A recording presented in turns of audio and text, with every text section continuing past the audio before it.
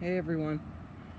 I checked my compost a little while ago and I was surprised to see it steaming. So I thought I would check the temperature.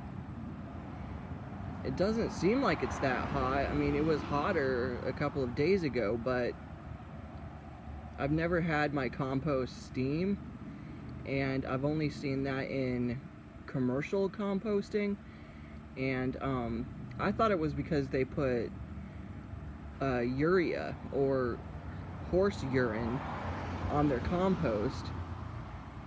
So, I mean, I've never had my compost steaming like that, but I guess it's not like really hot, but it's definitely cooking away. So, I mean, I just, mowed my grass a couple of days ago and, got this one started a couple days ago, and it's definitely cooking away. So,